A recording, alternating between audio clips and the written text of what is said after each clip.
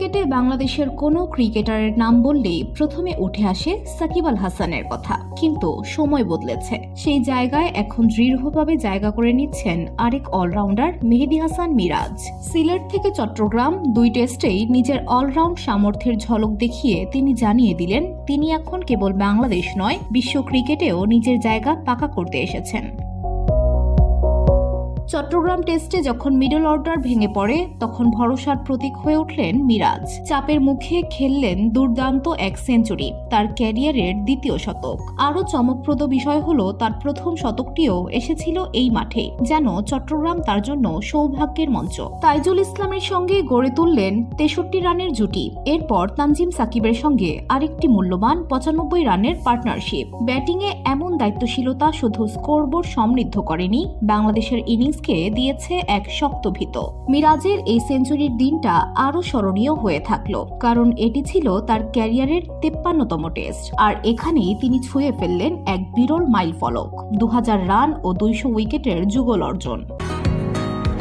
বসুন্ধরা, উত্তরা, বনশ্রী, কুড়িল ও বাড্ডা সহ রাজধানীর বিভিন্ন স্থানে অভিজাত ও অত্যাধুনিক মানের ফ্ল্যাট কেনার এক নির্ভরযোগ্য প্রতিষ্ঠান প্লেজেন্ট প্রপার্টিজ লিমিটেড।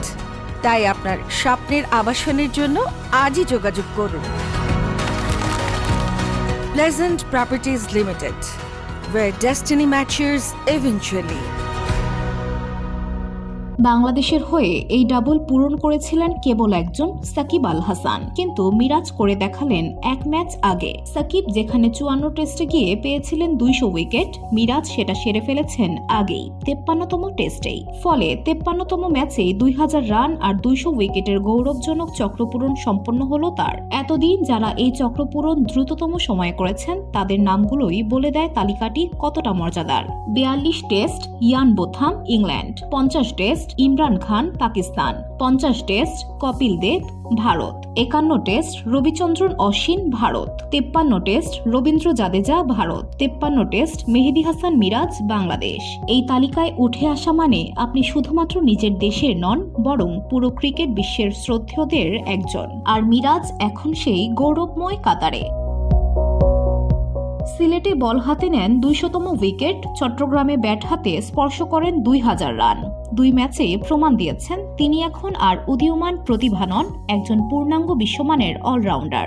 আর সাকিবকে পেছনে ফেলে এই অর্জনের মাধ্যমে হয়তো বাংলাদেশ পেল নতুন এক আইকন, যিনি আগামী দিনগুলোতে দলের অভিভাবক হবেন। মিরাজের এই উত্থান কেবল পরিসংখ্যানের বিষয় নয়, এটা এক প্রজন্মের অলরাউন্ডার থেকে পরবর্তী প্রজন্মের হাতে নেতৃত্ব হস্তান্তরের গল্প।